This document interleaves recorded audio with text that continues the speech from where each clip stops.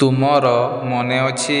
ଅବଶ୍ୟ 3-4 ବର୍ଷ ବିତିଗଲାଣି, ହେଲେ ମୋର କିନ୍ତୁ ମନେ ଅଛି ତୁମର କଣ୍ଠସ୍ୱରର ସେଇ 2 ପଦ ଗୀତ ଆଜି ବି ମୁଁ ମନେ ପକାଏ।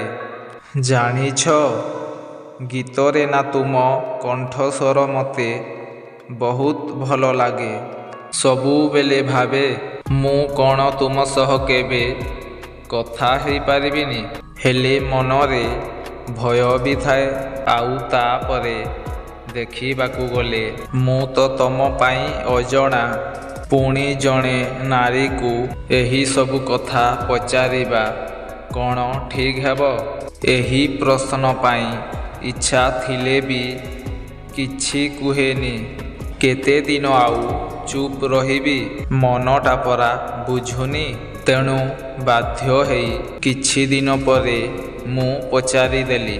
ମନ କହୁଥାଏ ତୁମେ ହଁ କହିବ। ସତକୁ ସତ ତୁମେ ବି ନମ୍ବର ଦେଇଦେଲ। ଆଉ ପ୍ରଥମ ଥର ପାଇଁ ମୁଁ ତୁମ ସହ କଲରେ କଥା ହେଇଥିଲି। ସେଦିନର କଥା ଆଜି ବି ମୋର ମନେ ଅଛି। ମୋ ପାଟି ମୋ ଆୟତ୍ତରେ ହିଁ ନଥିଲା। ଯେତେ ଆଦେଶ ଦେଲେ ବି ସେ ତ ମୋ ବୋଲ ହିଁ ମାନୁନଥିଲା। ଖାଲି ଚୁପ୍ ରହି ଯାଉଥିଲା। ଯଦି କଥା କହୁଥିଲା ବାର ବାର ଝୁଣ୍ଟୁଥିଲା। ଆଉ ହୃତ୍ସ୍ପନ୍ଦନ କଥା ନ କହିବା ହିଁ ଭଲ। ତାପରେ ନେଟୱାର୍କ ଇସ୍ୟୁ। ପୁଣି କିଛି କ୍ଷଣ ପରେ କଲ୍ କଟିଗଲା। ଏହି ଥିଲା ଆମର ପୁରୁଣା ସ୍ମୃତିପତ୍ର।